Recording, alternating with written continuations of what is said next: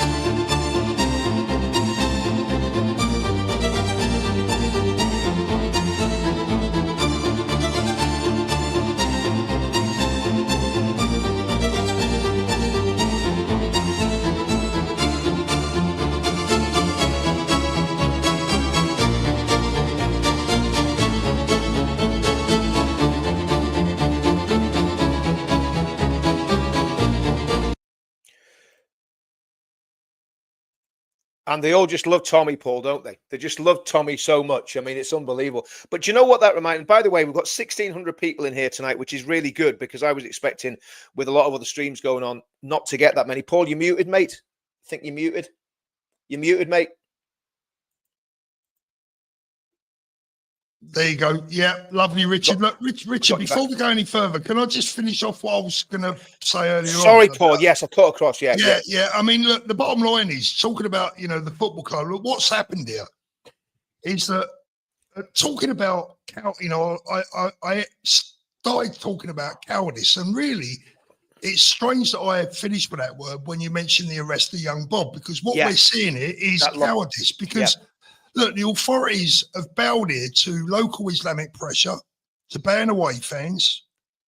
But of course, we all know that whatever you give these people, it's never enough. And now they want Maccabi Tel Aviv, the club, banned altogether from Birmingham. Now, look, of course, the surrounding area is, as you just showed, drenched in Palestine flags and the other usual garbage that goes with it. And I'm afraid that this, for me, is a stain on Aston Villa Football Club. It's a stain on English football. It's a stain on the authorities and the police, and it's certainly certainly on the West Midlands Police, Paul. Scandalous. Exactly. It's another case of us giving in to the threat of violence from Islamists. Exactly.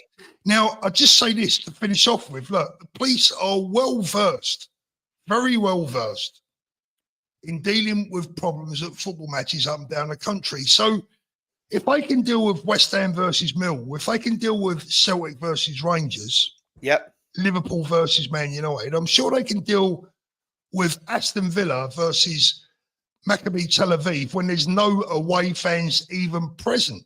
So what's next in Birmingham, Richard? Are they going to ban Tottenham?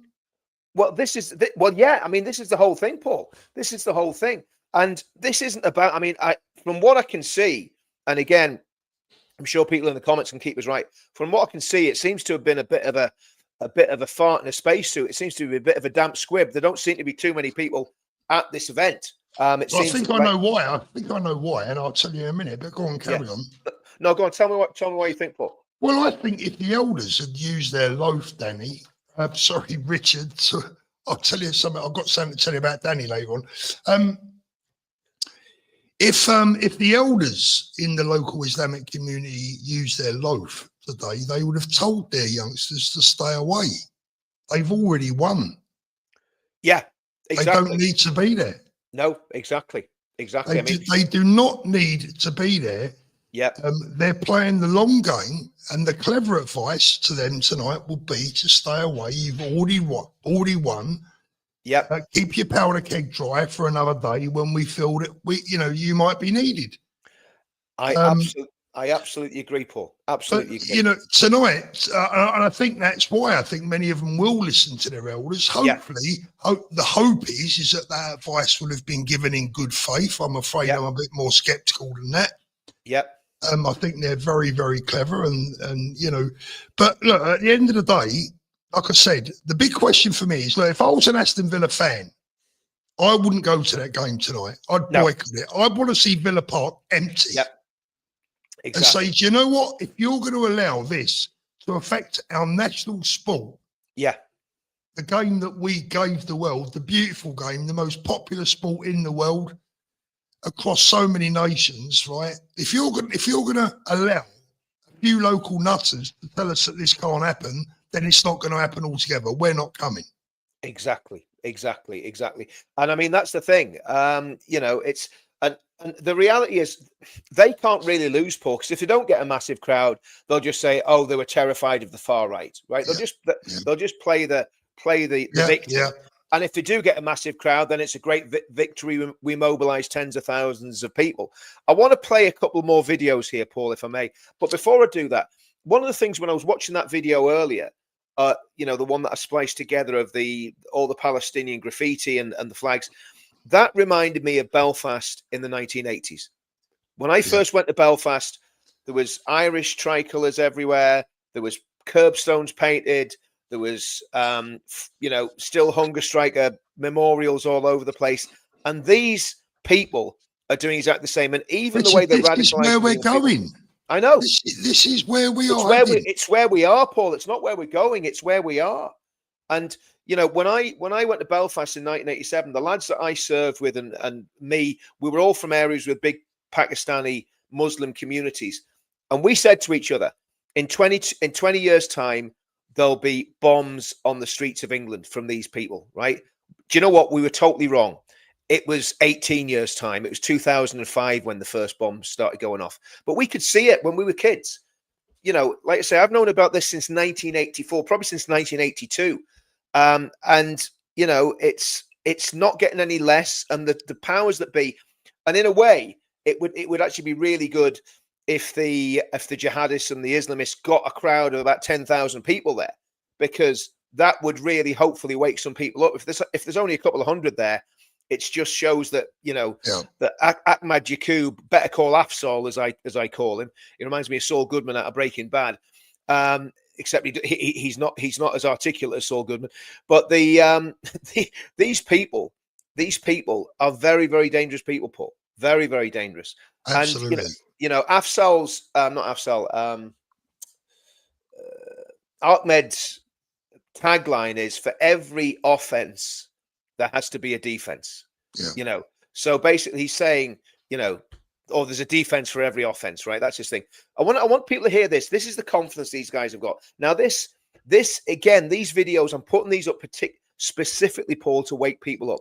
Because even if the Muslims don't have a big show tonight in numbers, this is what they're thinking and this is what they believe.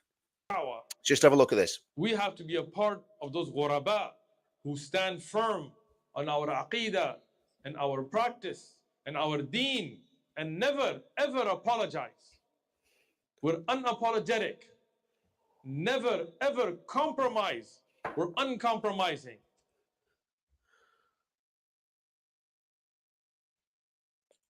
Pull that back to the beginning, actually. They can be as mad as they want. I don't care. America will be a Muslim country. Russia will be a Muslim country. Islam will enter every house. We have to be a part of that change. We have to be a part of that da'wah. We have to be a part of those ghuraba who stand firm on our aqidah and our practice and our deen and never, ever apologize. We're unapologetic. Never, ever compromise. We're uncompromised.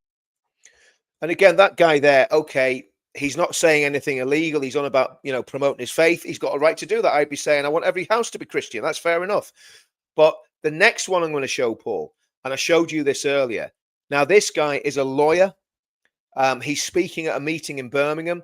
Some of the guys that are with Better Call Afzal are basically at this meeting. And guys, in the comments, I want you to listen to this very, very carefully. Listen to what this man says, because it is really, really important what he says.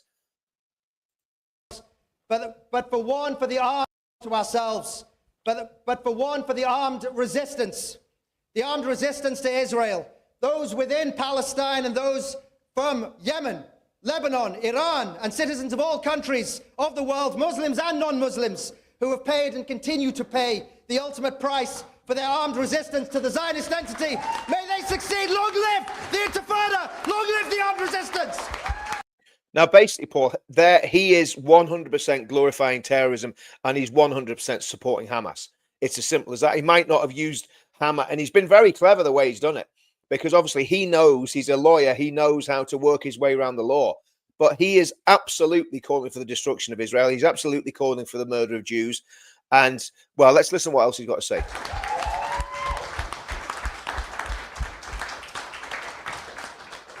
We are gathered here to unite in our call for a military intervention to stop the genocide and to dismantle the apartheid state of Israel and its illegal occupation of Palestine. This evening you will hear from Palestinian and non-Palestinian allies, all of them with a profound knowledge, experience and insight of resistance to the Zionist settler colonial occupation of Palestine. All of us united in the call for military intervention. We ask that you listen carefully to each speaker with an open heart and with an open mind, and participate when the open floor comes for feedback and questions afterwards. Our vision for this event is that you will leave not only feeling convinced that military intervention against Israel is the right and legal way forward, but that you also recognize your own power, your own agency to make it happen. And what do you make of that, Paul? Well, I wonder what military intervention he's talking about. Well, he's Iran, who's from? Yeah, Hamas, the exactly, Houthis. exactly. That, he's talking about terrorist states. I mean, he is absolutely glorifying terrorism. Razbob, Islam is demonic. I agree with that. Not everybody necessarily will agree with that, but I certainly do agree with that 100%. And yeah, I mean, what do we do, Paul? How can we convince people that we are in very real danger from these people? Well, I think the big challenge, Richard, is not convincing people that are watching this show right now. Unfortunately, the challenge is convincing people out there that haven't yet opened up their eyes. I mean, there's a great comment there from Susie Lawrence. They no longer need to fly planes into buildings. It's far easier to change the demographics. But great comment. But what I'd actually say, Susie, they no longer need to fly planes into buildings. They simply walk through the front door. Well, they own the buildings. I mean, one of the problems is, Paul, that we've literally sold. Well, we haven't, but the powers that be, the elites, have sold out to these multi-billion-dollar sheikhs from Qatar, from Saudi, the Turkish influence. Our country has literally been sold to our enemies from under our feet. Look what's going on in New York, though, Richard, as well. I mean, really concerning. Yep. I mean, really very, very concerning. I've had friends from America, they messaging me apologising. You know, they live in New York and they're saying, Paul, I'm so sorry that our people have done this. You know, it's not their bloody fault. You know, they didn't vote that way. But I mean, what the hell state of mind is New Yorking to be doing what they've done out there? Do you know what, Paul? It absolutely rocks me to the core when I saw that guy, because he's not a liberal. He's a hardliner. He's a hardliner. Yeah. He's a hardliner. He was, I think he was making comments about some of, I can't remember. There was something he put on Twitter in 2013, which was horrendous. I can't remember exactly what it was. I'll just read this comment here from Memphis Toraxis. £10 super chat. Thanks very much for that. What's happening here could be like what happened in Portland, USA under Antifa. Large groups of fighting age men owning the streets, take over law and order, then spread outwards. This could be a test run. Paul, I'm not sure whether you're still in the game here, mate, or have you actually dropped out completely? No, I'm still here, mate. My camera appears to have packed up for a minute. Let me just try and get it back. No, my camera's gone, but that's okay, mate. You're looking very intellectual in that. We're looking very intellectual in that pose there, mate. So just keep talking, mate. So we know you're still alive. You know what I mean? Yeah. But actually, I think I've got that feed from the helicopter here, Paul. Just bear with me. Let's 2 seconds. I think, right, guys. This is coming. This is Tommy's got a helicopter over Birmingham at the minute, so I'm just going to see what the footage is. Just bear with me. Oh dear. Oh, I wasn't expecting that. My goodness. Oh, well, Richard, what are you like? That's the problem solved, isn't it? What are you like? I don't know, Richard. I don't know where my camera's gone. I mean, I'm all plugged in and everything's as it should be. You've not cut me off of it. No, I haven't, mate. I can't cut you off. No, I don't think it's possible for me to cut you off. I don't know what's going on, Paul, but it's a big improvement anyway, Paul. You're looking very intelligent. Let's have a look, see what's going on there with you. Oh, we got a clever one. Hold on. We got a clever one in the chat. D. Bayon says, Paul, are you giving advice from the UK? Just asking. I'll tell you what, D, I'm giving my advice from Spain, and I'm just wondering how much better or worse it will be if I was in the UK. So how about... Yeah, I mean, well, this is the laugh of it. I mean, the reality is, Paul, where you choose to live is entirely up to you. And I think that the truth of the matter is, and I've said this before and I will say it again, you've done more to bring people together in this movement than anybody else I know. I've not known you fall out with anyone. I know plenty of people have had a pop at you. You've never fell out with anybody. You've never lost your cool with anybody. You've brought loads of politicians together. And I would even say, okay, when Ben talks about Advance forming up, He always says that Elon was a big influence. We get that 100%. But I don't think Advance would be in the position it is now, Paul, if it wasn't for your work. Well, thank you, Richard. You know, I'll take so- that and I'll put a check in the post. Well, mate, yeah. Listen, as long as it's not in pesetas. It might bounce. That's the only thing. Don't give me one of them peseta checks. And if anyone can remember what pesetas were, it was pesetas, wasn't it? The Pesetas, yeah. pesetas, yeah. Yeah. Can I just say, our dear friend Danny is having a bit of a rough time at the moment. I'm very worried about Danny right now. He's not in a good place, and just want to, shout out to my dear friend, and I'm with him. I know everyone else would be with him. He's not in a good place. I can't tell you any more than that at the moment. But Danny, we're with you and we love you, brother. Yeah, absolutely. Listen, the group this group will pray for Danny. I can say that 100%. All the Christians in this group. I'm just going to ask all of you to start praying for Danny tonight. When we get off this live stream, have a time of prayer for him. Don't know what his issue is. I don't need to know what his issue. It's not about gossiping. If he's got an issue, we'll pray for your brother, and I know that prayer works for sure. So don't, and look, everybody that does this, when I went through what I went through, the only people that had my back was you, Danny, and that was basically a couple of people in Tommy's team, but that was basically it. There's probably about 4 people actually had my back, and a couple of obviously my mates over here in Northern Ireland. So we'll have Danny's back, Paul, 100%. Well, I can tell you now, Richard. Funnily enough, do you remember at one of the events, a lovely lady gave us some little bits of I don't know what you would call it. Let's just call it like jewelry, like back wristbands and stuff like that. Yeah.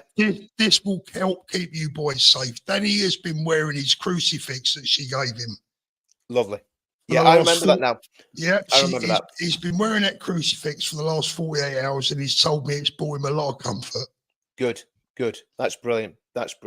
Well, listen, like I say, let's as long as he knows that we got his back, Paul. Yeah, as long as he knows that we've got his back. I mean, basically, I think the situation with all this stuff. I'm going to put an image in here, actually, Paul. I want to put this image in here. Just get rid of that. Sorry, I don't want to scare the children. Where are we? Put that in. Now, I find that image extremely worrying. That's Shabama Mahmood, right? Now, if anybody knows anything about the Muslim Council of Britain, got to be very, very careful what we say. But what we do know is that the British government, since Oh, you're back, Paul, mate. Good to see you back. It's getting worried. Since 2009, right? Since 2009, the British government has refused to engage with the Muslim Council of Britain. Now, they're not doing that for no reason, Paul.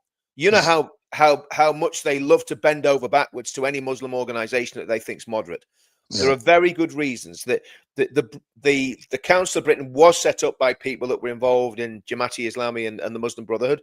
That's on record. That's a fact. So, that's not something that can come and sue me over.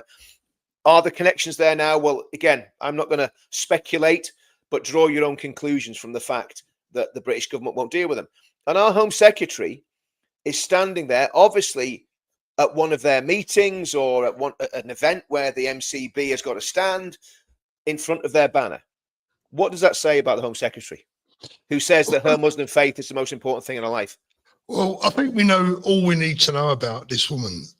For me, she's an absolute disgrace that she's even in the house, let alone Home Secretary. But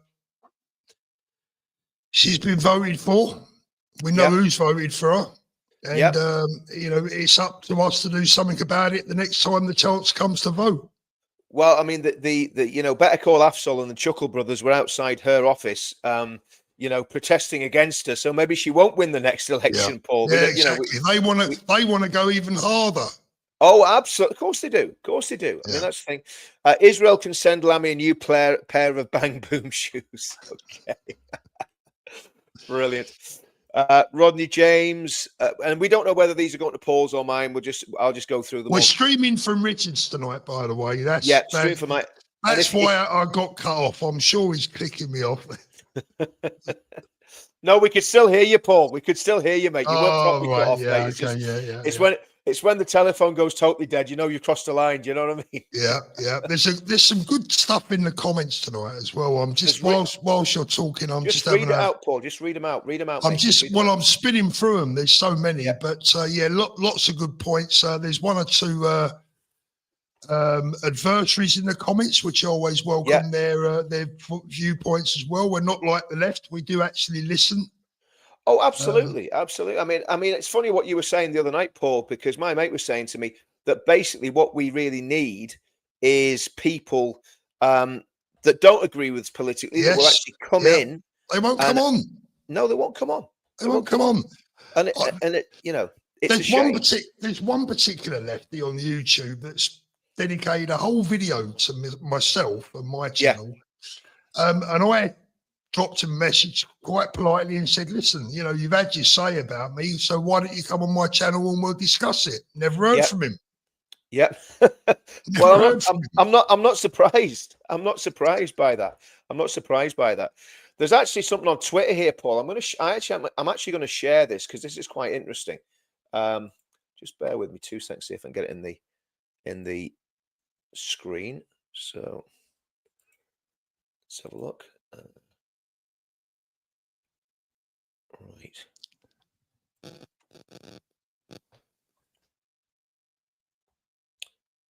So there we go. By the way, that was Richard after a curry, that explosion. What have you got coming up now? Right. Well, this is interesting, Paul, because this is from GB Politics. Okay. And what they've got is they've got the campaign against anti-Semitism have.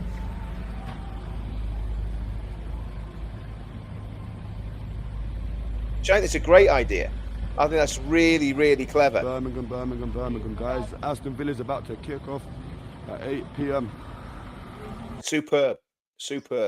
And again, that's peaceful. You know, there's no threat, there's no intimidation. Absolutely. 700 police officers at that game tonight, I reckon. Incredible. For a match with no away fans. I mean, that is unprecedented. Absolutely unprecedented. And it shows the level of threat and the level of fear that these nutcases have managed to stir up in the time that they've been doing this. Absolutely, completely unbelievable. What is interesting, Richard, is the reaction of the Aston Villa supporters. Well, has there been one? Well, not as far as I know. I mean, there's been one or two that I've seen that have been vocally criticised the decision to ban the away fans, but I think Aston Villa fans in general need to make themselves known. And I'll tell you why, because otherwise their club is in danger, I fear, of being tarnished with a reputation that will be unfair. So it's time for Aston Villa fans to stand up and say, no. We're not going to have this. You know, we're not going to be associated with this anti-Semitism. Yeah, exactly. So, you know, shame on Aston Villa, the club, not the supporters. Well, do you know what, Paul? Let's be honest. If the supporters aren't speaking out, well, they really do need to speak out. You know, it's like that poem that you were talking about the other day. You know, they came for the communists and I said nothing. They came for the trade unionists. I said nothing. They came for the Jews. I said nothing. Yeah. When they came for me, there was nobody left to speak. And that little profound poem written by a German theologian who felt so guilty about not speaking out during the Second World War that he penned that. As far as I know, that's the story behind it. Is very relevant to us today. And there's one thing that we can say, Paul, right? You know, I have many faults and many flaws in my character, as my long-suffering wife knows. But I tell you what, I'm not scared to open my gob when I think something's wrong. And if I think something's wrong on our side, I call it out as well. It doesn't make you very popular, believe you me. Yeah. But, you know, we've got to open our mouths when we see something wrong. And if you're an Aston Villa supporter, I'm not going to be cheeky or insulting. You know, I don't live in your area and you're surrounded by these people, right? But if you have any conscience, for goodness sake, speak out about this. It's too late now, probably. It's too late. Well, I mean, as I said, I wouldn't have gone to the game tonight out of, I just wouldn't have gone. I wouldn't have gone. What they need to do, they need to, Aston Villa, the authorities and the football authorities here, because it's a precedent being set here tonight. There is, Paul. There's a precedent being set, and it'll be very interesting. I'll tell you what's going to be interesting, Danny. I don't know if Tottenham have played Aston Villa at Villa Park yet this season. I don't know. Yeah. Because I don't follow either club. So, but it will be interesting to know the reaction of the Spurs fans when they go to Villa Park. Yeah. And the reaction of the locals. So, Exactly. I mean, because look, at the end of the day, Spurs is a Jewish club. Let's just get it right. It's a Jewish club. I mean, nobody can deny that or take away from that. That's they're called the Yids, for goodness sake. It's part of their heritage, So not everybody that goes to watch Spurs is a Jew. I want to play this next one, Paul, from Queen Natalie. And it's Bob. I think it's actually Bob's arrest here. So just let's have a look what he's got to say and what's happened here. With me when I came here. The other guy said, I don't want him here. How is that? I have done nothing. If you look towards the reports that these people have made, I have not contributed anything physically, verbally, intellectually towards someone being under distress. It's this colloquialism that the police use is covered under people who have breached the peace. Have I breached the peace? Have I breached the peace? By doing what? I've explained. You have to explain what you did. Just said this is vile. Arguments are broken out. Okay. No, it's one-way argument. Arrest the people who have complaints against me. Big up Christian Rage. I mean, basically, Paul, Bob is still a child. He's 17 years old. Yeah. And I have so much respect for that kid. Yeah, so do I. Whoever is working with him, I'm guessing it's TP UK. I think they need to have security with him at all times. Maybe there is security there. I don't know. Richard, I've been saying this for ages. I'm worried about Bob. I'm worried about him. Bless his heart. Everywhere here's the thing, Richard. Here's the thing. We talk about goddamn cowardice again, right? Like, you can hear him in the background chanting away, free, and all that. You can hear him in the background. And where are the police? Talking to a 17-year-old. Absolutely. Who is completely non-violent. He's a Christian. He's non-violent. And I'm not, I wouldn't imagine Bob would have a real row. He doesn't look like the type. Do you know what I mean? He's not like Tommy. If someone sticks it on Tommy, they're going to get some payback. Someone sticks it on me or anyone else, you're going to fight back. But Bob just doesn't look like that sort of guy. Do you know what I mean? Guarantee you, with the legal representation that I have, I will be able to laugh at any sheet of paper you give at me. 2,500 watching. Keep sharing this, guys. On stage to speak. That is a consensual discussion between a community leader. I think as police officers, in order to alleviate aggression, you would want me to be there to discuss. A guy who assaulted me that you've done nothing about. Another guy who just pointed me out when I wasn't even there. Professionalism, officer. They're trying to give him dispersal order, but he says he's going to take you arrested, DB. You tried to legally get my details on camera because you know that fucked me over, including the fact that and I have listened to you, but I'm not giving you my details. Under what section 35, which includes the now, have I breached the peace? He has not breached the peace. You've been told. Explain the grounds of breaching the peace. What law? What grounds? You have to give grounds of why he's breaching No the peace. legislation, You know no what I mean? law. You can't just say breach the peace. You can't just make it up. Okay, listen, I'd be happy to stand on the other side of the road. However, that would be by the consent of your not on this side of the road. However, you need to identify what is the parameters of it. There is arresting young Bob. Breaching the peace incident. Yeah, look at him, Bob. Take it. We'll take it. Young Bob's rocked up, he's been attacked. But now they're trying to remove him from the area. No law, and he want to take Bob. He's going to have to arrest him and then he's going to have to Bob sue not allowed to you. talk with the public. That's his right. Yeah, arrest him and then he'll sue you, isn't it? Freeze, Rayo! There is arresting young Bob. Breaching the peace incident. Yeah, look at him, Bob. Take it. We'll take it. Pick up your chest, you young soul. We'll take the arrest. Yeah. And him man wanted to talk to a Christian. That's what it was. What is wrong with that? So we're not allowed to have religious discussions. Richard, I'd like to say it's unbelievable, but it's not. It's not. That's the shocking thing is, Paul. It's not unbelievable. It's totally believable because we've seen it so many times, and you know that is reprehensible. You know what they've just done there, because obviously Bob was invited to go and debate with the imam that was there, by the sounds of what he's saying, and the police have done what they've always done. Yeah. They've gone for the path of least resistance. Yeah. Absolutely, Cowards. absolutely shocking. Richard, And there's a comment. There's a comment I want to cover here, and it's a very important one. It says, Alison says, I'd like to know when Paul or Richard are going to invite someone on from a channel that's against illegal immigration, but also feel for the people of Gaza, Palestine, a friendly debate, of course. Alison, can I give you my answer to that? I'd love to do that, but here's the deal. And I'm going to be straight with you. I am probably one of the biggest humanists you'll ever wish to meet in your life. I believe in life. I believe in peace. I believe in love. I believe more than anything in the safety, happiness and welfare of all children, especially the children.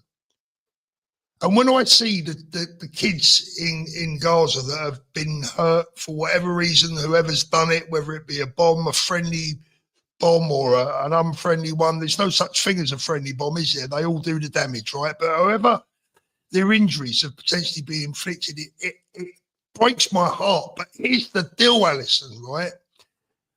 It's very difficult to find sympathy for people that dress their own goddamn children up in military uniforms and put rifles in their hands and indoctrinate them from an early age that death is better than life. That's the problem that I've got. That is the problem. Alison, no one in the world, you will not find another human being in this world that holds dear the life of children than me. I promise you that from the bottom of my heart. And by the way, Alison, great question. I'm not shouting at you. I'm getting I think it's great. And I mean, I don't know where Alison's coming from politically, but what I would say is, if you want to come on and do a debate, Alison, listen, the door's open there, 100%. Let's moderate it. We'll do it properly. We'll do it respectfully. We'll not be shouting. What sort of human being is prepared to dress their own child in a suicide vest? Well, exactly. I mean, I did nearly a 2-hour interview with Brian of London yesterday, and believe you me, you know what I'm like at talking, Paul. People can't normally get a word in. That's a great interview, by the way. Did you watch it? No, I haven't, but it's a good interview to get. It was absolutely fantastic. And I mean, Brian, I just let him talk. You know, I mean, Brian can talk he's Jewish. I mean, like I'm not saying that in a discriminatory way. Any of my Jewish friends can I've never out-talked any of my Jewish friends. So he can talk, right? But it was so interesting, Paul. These ballistic missiles were pretty much landing in his back garden. When I say his back garden, it's a couple of blocks away, but they were taking out entire blocks. These ballistic missiles from Iran, and Brian was saying, he says, you know, people are worried about the nukes. He says, if a nuke happens, well, that's it, it's game over. He says, I'm worried about these ballistic missiles because you just didn't know where they were coming from. You know, the warning goes out, but you don't know. And very, very interesting guy, very intelligent guy. Gets Islam. And what he was saying, Paul, was he was saying that the IDF and the Shin Bet, which is the sort of MI5, and the Mossad's like MI6, Shin Bet's like MI5. Shin Bet completely failed because they're full of lefties. They after the Gaza pullout, after the Gaza withdrawal, they had hardly any human intelligence. In other words, assets on the ground in Gaza. They just left it to fester. They just left it. And Richard, I want to go back to Alison's comment again, because it's fired me up, you know. I mean, because at the end of the day, again, I go back to the last part of her comment when she says to speak to someone that also feels for the people of Gaza and Palestine. Well, which people should we be feeling for? Is it the ones that were driving around, beeping their horns, firing guns in the air, screaming and hooting, hollering, and celebrating like they'd won the World Cup after October the 7th? Well, are those the people that we should be feeling? The only people in Gaza I feel sympathy for are the ones that are genuinely anti-Hamas, and the children who are being Well- brought up and dragged up in a manner which is beyond vile. You don't have to worry about the anti-Hamas ones anymore, Paul, because straight after Trump's peace deal, they all got massacred, shot in the back of the head. I mean, this is the thing. I mean, look, I would if we got debating somebody that was pro-Hamas, I would do that debate, Paul, because I know a lot about Israel. I know a lot about the history of the Jewish people, and I would 100% take that on. No problem whatsoever. Someone else got a great comment in here, Richard, saying that Shabana Mahmood will end up as Prime Minister. It really wouldn't surprise me. Oh, look, Keir Starmer's gone. Keir Starmer's toast. And I think 100%. And the Labour Party will do that deliberately because they know that they're losing the Muslim vote here, right? I'm going to read some of these supers here, Paul, okay? Because we've got quite a few backing up there, which is great. They're obviously all yours, Paul, because I normally get about 2. But well, I've had an interesting day. Paul, 3 of them didn't speak to me. I can imagine we know who she's talking about. Didn't speak to me and didn't shake my hand. Yes, we definitely know who she's talking about. Looked at me like SHXT. Thank goodness for Zena the Alsatian. Good old Zena the Alsatian. Well done, Claire. And I hope it all went well for today. We all need to get big dogs and feed them on loads of pork scratchings. Good luck. Oh, by the way, a couple of things, Richard. I know you've got to read the supers, but a couple of things that's on my mind, right? I've also seen the letters going around to schools about kids not taking in ham or pork, ham sandwiches and pork. What the hell is all that about? And the other thing I need to just say is that it's Danny in Spain I'm talking about that's not in a good place at the moment. It's not a health issue, and it's certainly not his car. I'm afraid it's just not good. And but just for people speculating there. But what's all that about? I tell you what, if I had a kid at school right now, I'd be sending them to school with a bacon sandwich and a pork chop for lunch. Bacon, sausage and tomato sandwiches, BLTs all day long. I mean, listen, the bottom line is there was something I saw somewhere about, and I haven't actually read the story, about Starmer coming after the, I was going to say the Ulster fry, but after the full English breakfast. I don't know what that's about. I'm going to have to look it up. But I mean, how can they do that, Paul? How can they actually come after what you're eating? No. It is absolutely outrageous. Oh, well, if we did that, Richard, we'd be Islamophobic. Yeah, right? Exactly. We'd be classed. But going back just for a second, because I'm looking through the chat here, Richard. I'm going through the. Yeah. I mean, I think Aston Villa have got a problem, and I'll tell you why. Because this is also going to divide their fans. Because they have a very diverse supporter base. And a lot of their supporters will be from that community that like their football. A lot of those will actually be westernised and won't be a problem. There'll be just normal working class lads that like a game of football, probably go down the pub with their mates before the game anyway, right? But there will be a section of the Villa supporters who are not on side, who are the other way. And that's going to cause friction amongst the Villa supporters. They're a club in crisis right now. Yeah. Oh, totally. So I think they've got big problems. I think they've got very, very, very big problems. And again, but it's not really of their doing, Paul. They're a football club. And the problem is too many people in football. I mean, look at Gary Neville. Doesn't have a clue what's going on in the country. And I used to like Neville as a player. Richard, be fair, Gary Neville. We was proven right the other night on the trial. I mean, another middle-aged white man running across with weapons. I mean, come on, give him a break. Actually, it was a middle-aged white man. The Muslim guy that tackled him, fair play. He had a good go. Absolutely. So did that white guy, right? Both heroes. 61-year-old guy. And listen, he was built like a toothpick. You know what I mean? It wasn't like he was, 6 foot. Mind you, though, Richard, he was a Nottingham Forest fan, so he's probably not that clever. That's true enough. Sorry, any Forest fans. Sorry. Well, listen, I'm a Borough fan, so I can't talk really, can I? You know what I mean? Well, you don't even count, mate. Not anymore. We had a good firm back in the day, but. But no, listen. Nuclear Vindaloo. Scotty John saying Nuclear Vindaloo. I reckon it was. Go on, mate. Sorry, Rich. I'm ready. No. I've lost my train of thought. In fact, I'll read this one. What can we do to stop this? A national strike. Protests are great, but are not making the government change anything. We need to make us safe again. I spoke to Tommy this morning, and I said to him, I says, mate, I says, please tell me you're not going. And he said, no. He says, I'm home with the kids, which is, I think, is exactly the right thing to do, because Tommy going down there tonight would have been like pouring petrol on a bonfire, right? And if the Muslims had got word of Tommy going down there, that would have created they would have got a big crowd, because obviously the way he's demonized by the media and so on and so forth. I don't know if you saw the footage the TUC put out, where there's a white guy talking to a Muslim. It's on Twitter. You know, we'll not do it tonight. I'll find it for another night. But they basically put a video out that was saying that Tommy says that people that are not white, that are born in England, are not English. Tommy says the opposite of that. Now, there's a lot of people that, you know, quite justifiably can justify saying, well, actually, an Englishman has to have heritage here and all that sort of thing. I don't agree with that either, because I think of the lads I served in the British Army with. I think of Saul Campbell, you know, John Barnes, you know, a lot of those black players that played for England in the 80s and the 90s, and obviously still do today. So I don't accept that. But Tommy absolutely does not believe that. But that's the lies that the TUC are putting out. Yeah. Unbelievable, Paul. Absolutely unbelievable. You know, but no, you know, and is anything unbelievable in this day and age, though, Richard? No. But here's the thing, Paul. This is where we need to keep our discipline, right? And I said this before, and I'm not having to go at anyone. I'm not going to mention any names, but we cannot be getting into violent confrontations with Muslims, of course not. Right? No. Now, and it's not because I'm no coward, Paul, right? As you know, I'm not scared of anything or anyone.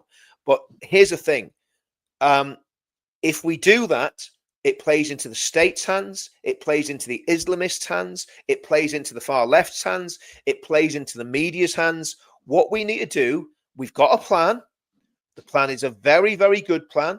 It's Advance UK. It's Unite the Kingdom. It's the pledge. It's some sort of spiritual and cultural awakening. And that is the plan. And to me, you know, and again, I get the idea of the national strike. We could try a national strike. I mean, it's Paul. Here, sorry, let me finish. What it's not going to do, Paul. It's not going to change things at a strategic level. Whereas the plan we've got can change things at a strategic level.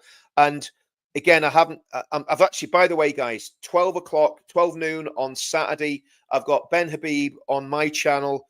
And Paul, if you want, you can share it onto yours as well. Get some more eyeballs on it. I've got Ben on my channel, and we're talking specifically about Northern Ireland and Ben's love for Northern Ireland, and also why he's going to organise Advance UK in Northern Ireland. And I think that's going to be one not to miss. So that's 12 o'clock. But we've, you know, so the point I'm making is, Paul, right? Everyone's getting very downhearted. Everyone's getting very depressed. But we've got all the tools that will make it work. Do you know what we need? We need every single man and woman who's over the age of voting to get on the electoral register, join Advance UK, start being an active member, start supporting, I was going to say the team, start supporting the party, and make this thing work. Because, you know, we've got all the Ben's put his neck above the parapet, cancelled off GB News, cancelled off Talk TV. Tommy's put his head above the parapet. Me and you put heads above the parapet. All these people sniping from the sidelines have not put their heads above the parapet. Let's get every single family member, every single person in our communities to join Advance UK, and let's take this country by storm, Paul, because that's the only thing that's going to make any difference. And here's the thing, if I could answer there to East 1989, my answer would be, and I'm being a little bit flippant when I say this, but actually, you know what? We don't need to do anything. And I'll tell you why, because Labour's doing the job for us. And that's why Tommy says that we don't want Keir Starmer out. In fact, stop it. Let's have Shabana Mahmood as Prime Minister for a year and see how they get on with that. Right? We've got to wake the slumbering. And the only way the slumbering are going to wake up is when they realise the absolute shit show that we're in. And I'm afraid the worst thing that could happen right now, is I said it the other day, is to put someone up front that's a little bit more socially acceptable, as a more likeable character than Keir Starmer. I mean, I don't know. Gary Glitter's got a more likeable character than Keir Starmer, I thought you were going to say Jimmy Savile for a minute. But Osama bin Laden, maybe. I mean, no, I think Shabana Mahmood will be a great prime minister for this country. I'm encouraging the Labour Party to appoint Banana Mahmood as soon as they depose, Clueless Keir, because I think she'll be great. She'll do a wonderful job. that shooting, mate, that shoes us in for the next election, 100%. You know what I mean? But that's the thing, you know. So the answer to this really is that, you know, look, Labour are doing a grand job at finishing socialism forever in this country. Well, we just try to ride it out. I don't think so, Paul, because you got the Green Party sitting polling at 17%, and they are absolute head cases. But there's something worse. Well, about Paul, do you know what? Just as bad. There's something seriously mentally wrong with about 30% of the British population, unfortunately. Yeah, there is, mate. There is. And that's a sad commentary. There's a lot of really dumb people out there that are going to vote for silly parties. When they were hanging around hugging trees, I could put up with them, you know, but now they're well, now they're hugging trees with a suicide vest on, mate. Do you know what I mean? That's the thing. I want to show this video, Paul, because I think this is very telling. This is very telling. And it's from Heidi Backham, which I think she's involved with the anti-Semitism campaign. So I'm going to play this. I'm going to actually expand it up before I press play, and I'll just need to do a bit of stuff on the screen here. Okay, so just bear with me, guys. Getting better.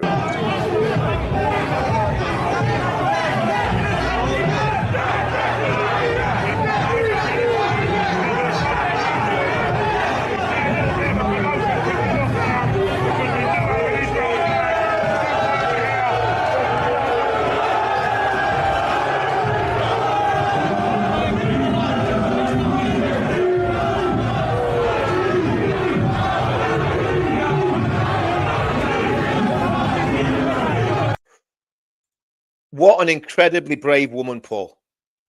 What an incredibly brave woman. I can't hear you there, mate. I think you've muted yourself, Paul. Yeah, no, absolutely. I was just waiting for the police to arrest her, to be fair. But... Well, I mean, she looks about 5'2".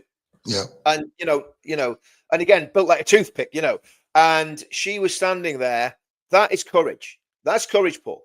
You know, going there and standing there with an Israel flag. I don't even know if she's Jewish, but she's certainly, you know, she's certainly taking a stand for what is right. Yeah. And what were they chanting?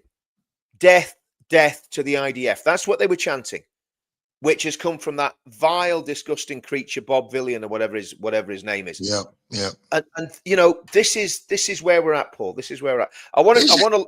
Sorry, good question. Nana Ladybird saying Paul Prince William support Aston Villa. Maybe he should show up. I mean, imagine if he was to want to go to that game tonight. Listen, you know, unfortunately, guys, as much as Prince William might be the poster boy and everything, he's great. He ain't the answer. He really isn't the answer.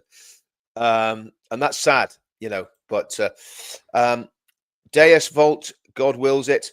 I feel Mam Danny could be the Antichrist. Well, I had a mate for years told me that Tony Blair was the Antichrist, right? And I used to laugh at him. And to coin a Bob Monkhouse phrase, I'm not laughing now. So who knows? Who knows? I think the Bible says there's many Antichrists, but yeah, I get it. £5 from Sick of It.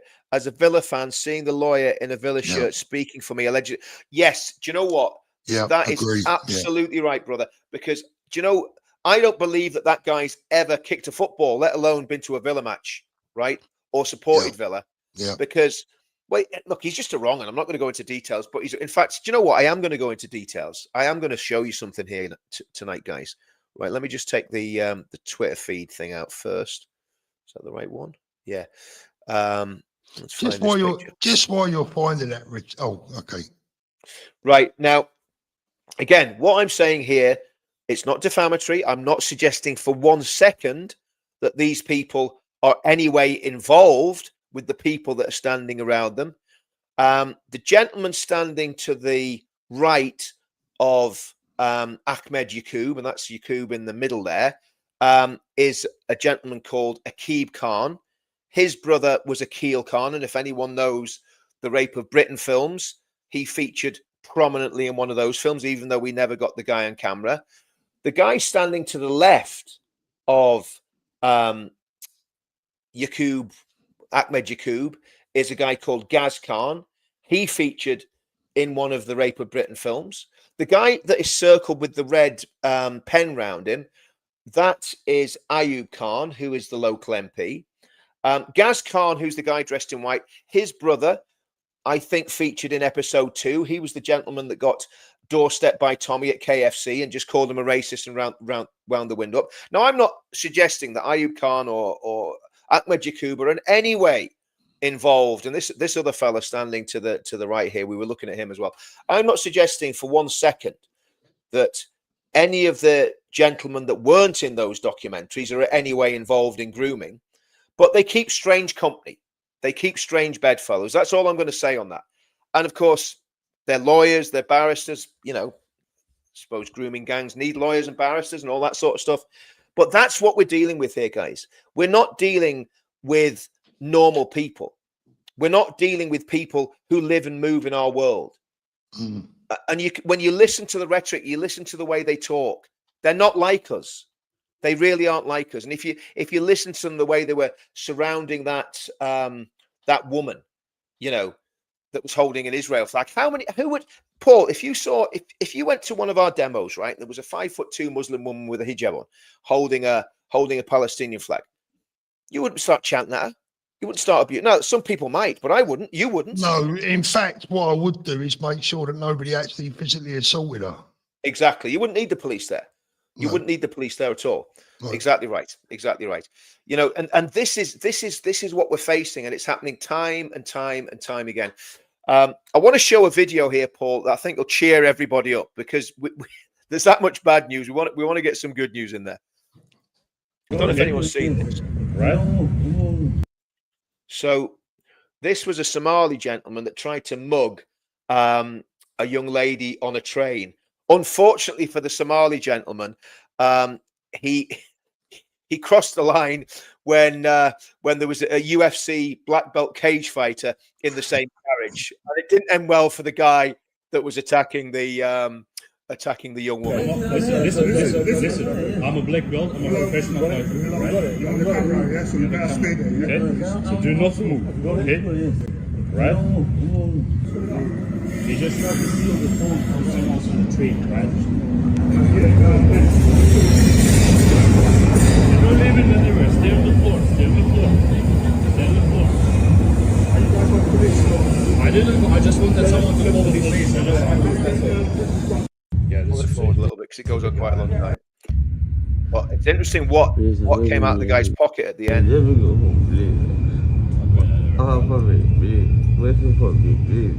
It's too late. It's too late, buddy. It's too late.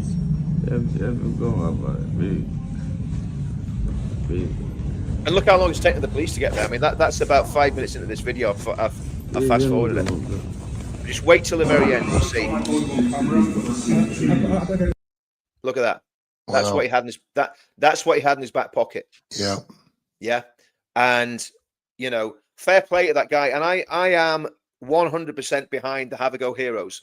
Yeah. It might listen.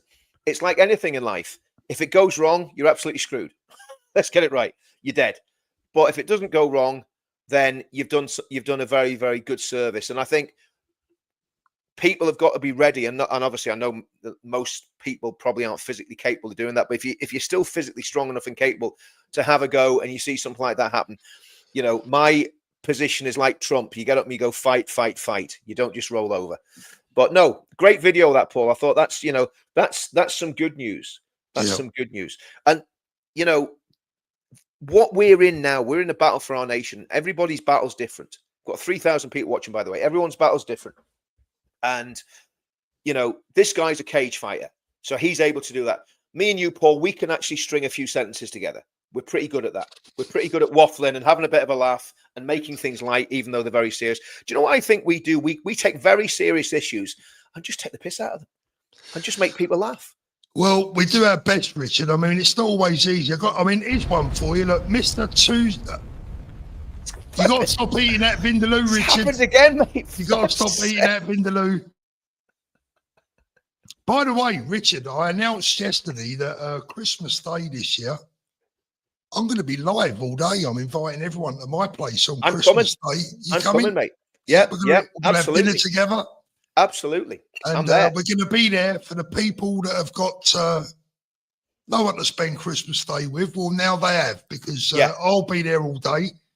And I'm going to hopefully do you know what we're going to do as well, Richard? We're going to play a few Christmas specials during the stream. Yeah. Bit of Steptoe, bit of Only Fools and Horses, and we'll watch it together. And idea. That's a brilliant idea. No, we'll do it. We'll do it 100%. What time are we going to start? I mean, will I have time to, stuff the turkey and pour myself a whiskey? Well, mate, the good news is you'll be able to join at any time and stay on as long as you like. I plan on going live about 10 a.m. in the morning. Yeah.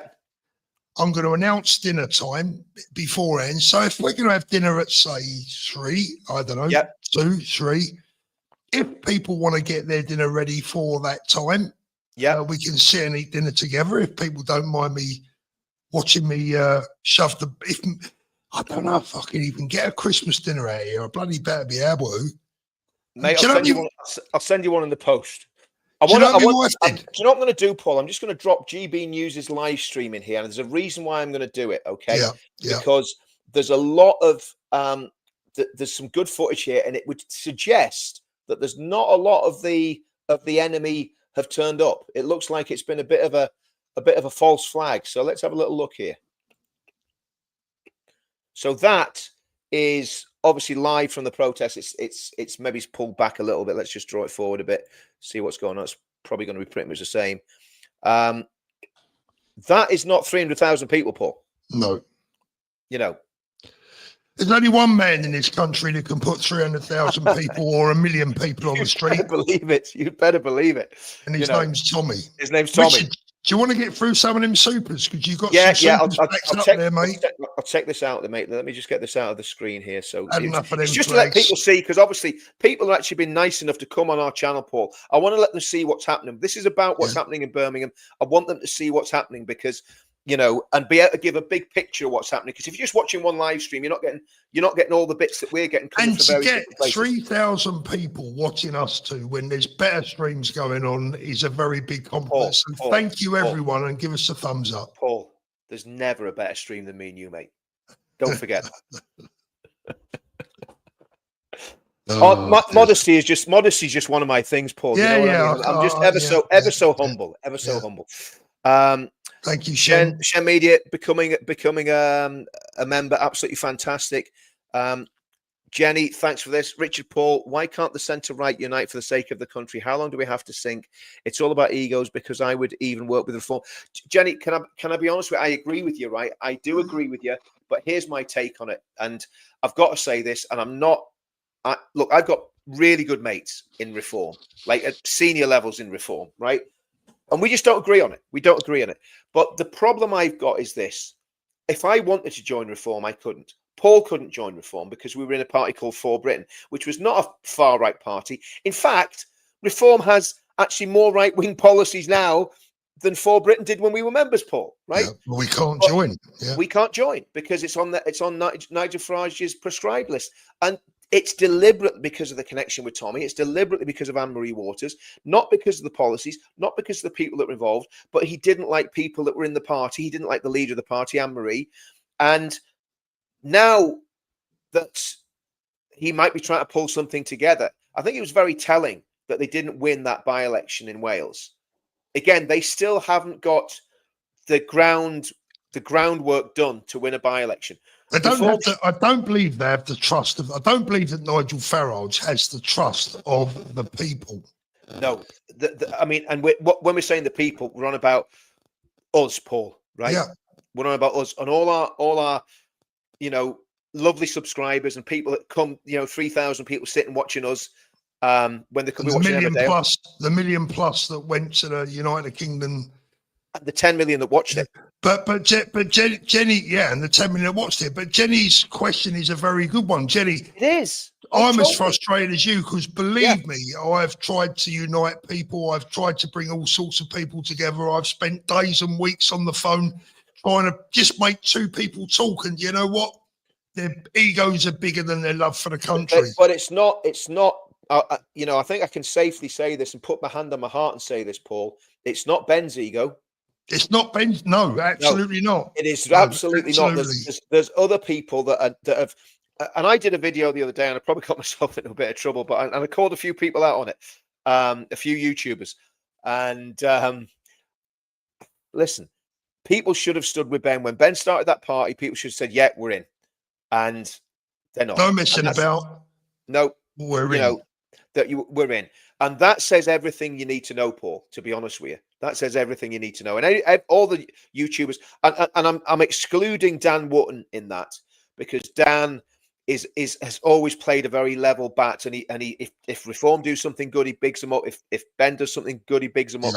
Yeah. So I think Dan's a very straight shooter, but the rest of them that were meant to stand with Ben that didn't, we know who you are. So I'm saying, it's pretty reprehensible. So Jenny, you're right. There is a lot of ego involved. I don't think it's coming from Advance. I know what's going on in Advance. It's amazing, to be honest with you. And I'm just a bloke, that's a member. That's it. I'm not a party leader or on the college or anything. I'm just a member. But I fully back them. 100%. Yeah. The guy sitting next to me, he's involved in it. You know what I mean? And I trust him. Okay. Will footballers take the knee for Jamon?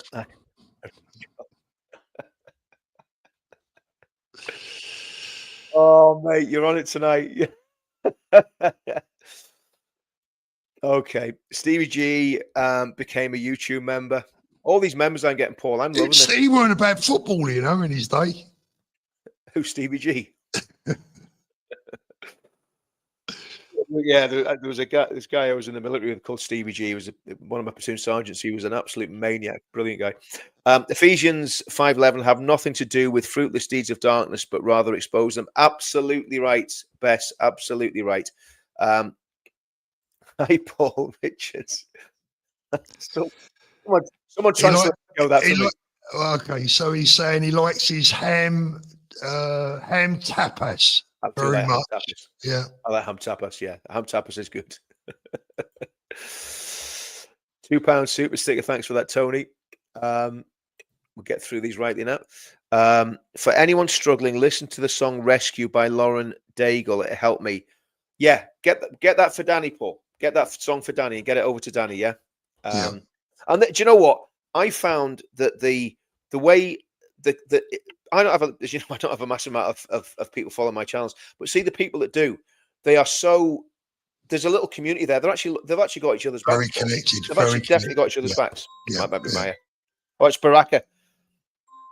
Oh, come on, phone answer. You can send it live. Hey, Baraka. I know. Hey, Baraka. Are you trying to get in, mate? Yeah. Are you trying to get in with that link? Yeah. What's happening? So, should I try again? Yeah, try again. Click on that link. Click on that link, Baraka, and as soon as I see you, I'll bring you in, mate. Yeah. Okay. Cheers, mate. Right, I'm gonna. You're gonna try and get me. Oh, shall I read out some of the supers? Yeah. Yeah. Please do, mate. Please do. Yeah.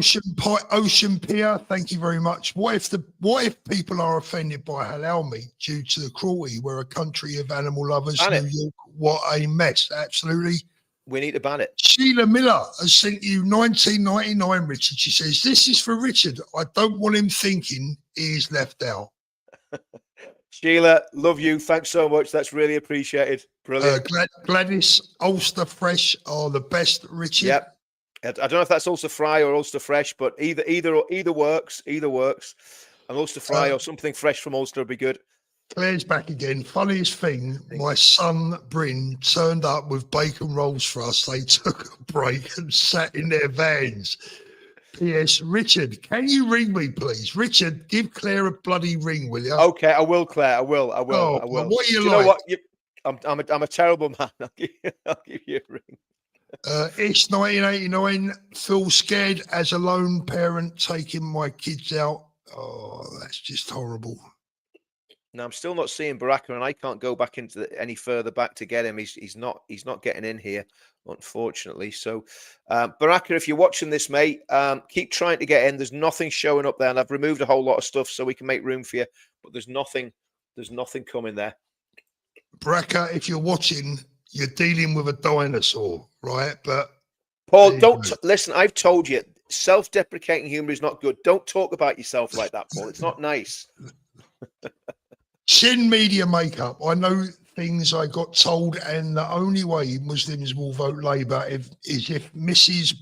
Badmood is in position. Downing Street is the goal. We do not have 4 years. No, well, I get that. I get that. You know, I get that totally. I think we've just got to stick with the program. I think we've got the best plan, to be honest with you.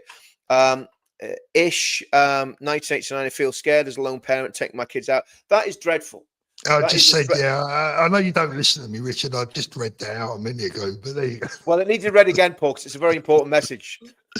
It is. Obviously, you didn't emphasise it enough, Paul. You know what I mean? No, Richard the Imam. Can we read out Richard the Imam? That's quality. What a name, Richard the Imam. You read that? Okay, let's have a look at that one. But Ish is 100% right what she's saying. Absolutely. That is ridiculous. Terrible. Absolutely ridiculous. Shocking. Can we have, for the viewer's point of view, a duet of Little Drummer Boy on Christmas? I think we could do that, Paul. We got a few surprises lined up for Christmas Day. Don't you dare miss it, everyone, right? Christmas Day, 10 a.m. and we're going to go all through Christmas Day. You're coming round to my house for Christmas here in Spain. Can't promise you any snow, but we'll do our best. And you're going to grow a beard, Paul? Actually, Richard the Imam, I'm going to give away something that Paul's told me not to tell anyone, right? But in Benidorm, right, there's a really good Johnny Mathis tribute band, right? And he's called Johnny Arthritis. He's called Johnny Arthritis. And he's going to come up the road in his mobility scooter singing The Little Drummer Boy. And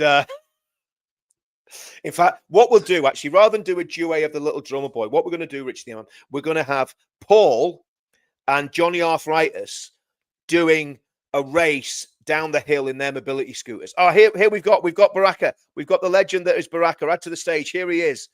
You're coming live and direct from Birmingham. This better work now, Baraka, just to show Paul. We've got the egg time. Keep talking, Paul, because sometimes these things can take a little while. Well, we've got the Ugly Sisters. We're waiting for Cinderella to come on. Look, where is he? Jane, thank you so much, Jane. Jesus, send revival, wake up the sleepers. Oh, how we need your presence in this land. What a lovely message. Absolutely right. 100%. 100%. Well, Baraka's, we're struggling to get you in there, Baraka. If you can see, you actually are obviously, put some money in the meter, Baraka. It's internet connectivity. We'll just say you're getting jammed by the West Midlands police. Okay. Following Paul's point of kids being martyred, people doubting should watch documentary kids chasing paradise. Yeah, absolutely. Absolutely. I mean, it's absolutely, it's dreadful. And the thing is, kids are getting really martyred in Nigeria. Little Christian kids are getting murdered. And not too many people are talking about that. We've lost Baraka again. Baraka, if you want to try again, mate, try again. We've actually Richard, got some. If you can just play the first 5 seconds of one of the shows that we'll be playing on Christmas Day. It's in. Is this going to get me a copyright strike? No, I've already double checked it. You're fine, ready? Okay. We're going to watch this together, boys, on Christmas Day, boys and girls. There you go. That'll do. It's me and you, Paul. It's me and you, mate. That's just one of the shows that we'll be watching together and laughing at whilst we're eating Christmas dinner on Christmas Day. Paul, so that's me and you. That's me and you. Step two and son. I'll be Harold. I'll be Harold. Harold. Right. Okay. What do we got here? Following Paul's point of Kismet Master, people doubting should watch the app. We've done that one. Thanks very much for that, Nick. Richard the Emma. Richard, I've yet again been unsubscribed. What the heck's going on there? We need to check that one out, Richard, because that should not be happening under any circumstances. None of my guys will be booting you out for sure. I think it's Paul doing it, so he gets all the supers for himself. Okay, this reminds me of the 80s comedy. Do you know? I'll take that one because I love Cannon and Ball. They used to. Yeah, I was going to say. got to be very careful. So I used to love Cannonball. Great, absolutely fantastic. I think are they both dead now? I think one of them's definitely dead, isn't he? I'm not sure, mate. One of them definitely died there. Yeah, one of them did. Yeah, but, I think yeah, the smaller one. Yeah, is it? Yeah, he was doing that show with. Yeah. Yeah. Anyways. No, listen. Right, we've been going for 1 hour 15. Let's have a quick look back at what's going on. See if we got anything there from GB News. See what's actually going on. Let's put it in the stream there. I'll put some volume on it.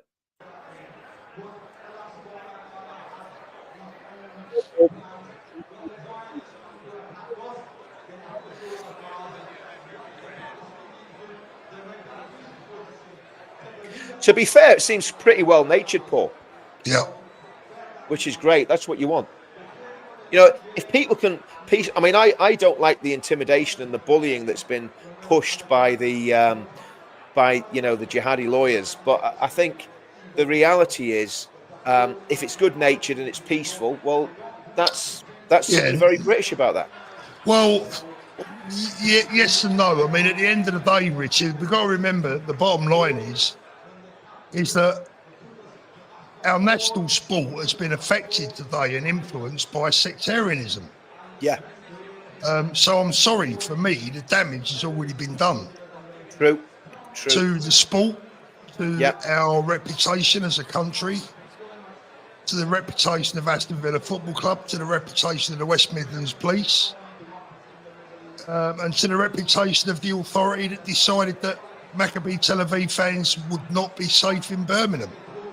Yeah, so absolutely. This can be as peaceful as it likes. What you can bet your bottom dollar on is that if those fans had been allowed there tonight, it would not look as peaceful as it does. Yeah, there'd have been a riot, wouldn't there? And again, I think probably when you look at the clowns that were basically trying to rile up the audience, I think the fact that they had Ahmed Yacoub as the main cheerleader, it's not the sort of cheerleader that impresses me, Paul. Do you know what I mean? Well, I wonder if next time he flies home from wherever he goes to, if the anti-terrorist mob will be waiting for him to pull him in for 3 hours, 6 hours. Well, I mean, he has been pulled before, and this is the thing, Paul.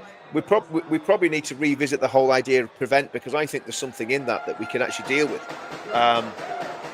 So right, I think I've seen enough of that, Paul. Yeah, I think we'll get rid of that. I think the game is. Let me just check up on something. Hold on a minute. Let me just check up on something very quickly. The game is 20 minutes old, I believe. Okay. And the score is.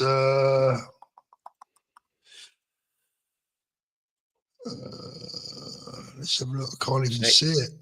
Oh, it's an 8 p.m. kickoff. 8 p.m. kickoff, Paul. Oh yeah, I'm an hour in front of you. Hasn't kicked off yet. I'm an hour in front, and unless I'm not reading it right, this is where I say something. And I'm going, do you know what? I don't think anything's going to happen. I think we've dodged the bullet on that one, and then this happens. Oh dear. Live from Birmingham. Now, if that was Stamford Bridge, I'll be giving you a round of applause. Sorry, Chelsea fans, but I'm a good old Fulham boy. You know the score, lads, right? You know the score. Come on. That's the way it is. That's the way it is. But I want to put one more little graphic into the chat tonight, and again, it is a serious one. It's that this, we're not messing about here, and it's this little lad. When people are chanting, death to the IDF, we know what they mean. And when people are chanting from the river to the sea, we know what they mean. We know what they mean. When people are chanting free Palestine, we know exactly what they mean. So, and globalize the Intifada, we know exactly what they mean. We know what they mean. And we're not stupid. It means killing more little Ariels. That's what it means. Yeah. And I think we've got to always have that in front of our minds, Paul, that's what happened. Anyone supporting Palestine that's watching this right now, if you want, not that you probably want it, but if you wanted our sympathy, my sympathy, or the sympathy of the majority of the British people, give you a couple of tips. I'll give you a couple of little tips. Stop breaking into countries and murdering women and children. Yep. and stop dressing your kids up. That'd help. And stop dressing your children up in army uniforms, putting suicide vests on them and giving them guns. That goes some way to me having a little bit more respect for your cause. Exactly. And how about returning, you know, the children like this, women and kids that were kidnapped? Don't even start me on it, Richard. We've all seen what happened on October the 7th.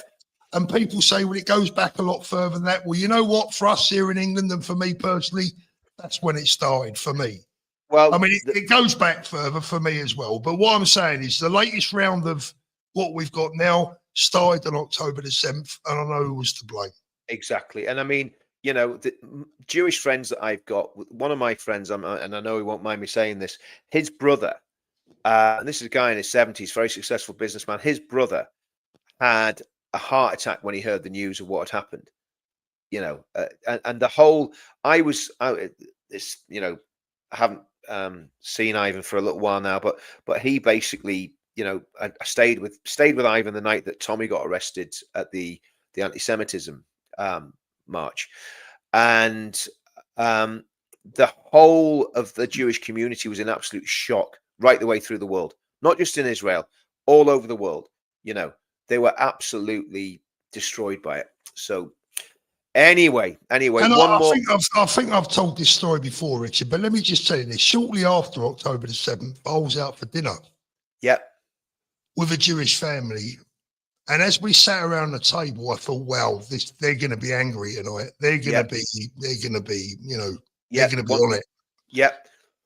And, you know, one of their major concerns was that the innocent children of Gaza didn't suffer. Wow. That's incredible. And you know, this is the thing, Paul. This is the thing about Judaism and Christianity. There's a compassion in those religions that you don't really get anywhere else. You don't get it in communism. I know communism is not a religion, but you don't get it in Islam. You know, there's a deep compassion there. You know, and that's the big difference. Sheila, I'm trying to find these messages of Stevie's. Where are they in the main chat? Problem is, it's like looking for a needle in a haystack, isn't it? Looking for stuff in the Stevie's. You better read Party Pet. Lane Audits is live at Villa. Okay, is that what we're? Oh, is that the one? I think we need to round it up, Rich, so that we can get off and have. Yeah, absolutely, totally. Party Pants, right. last super there, mate. You won't want to miss this one. Yep. Reminds me of Frank Spencer. Who's going to see Paul Thorpe on Christmas Day?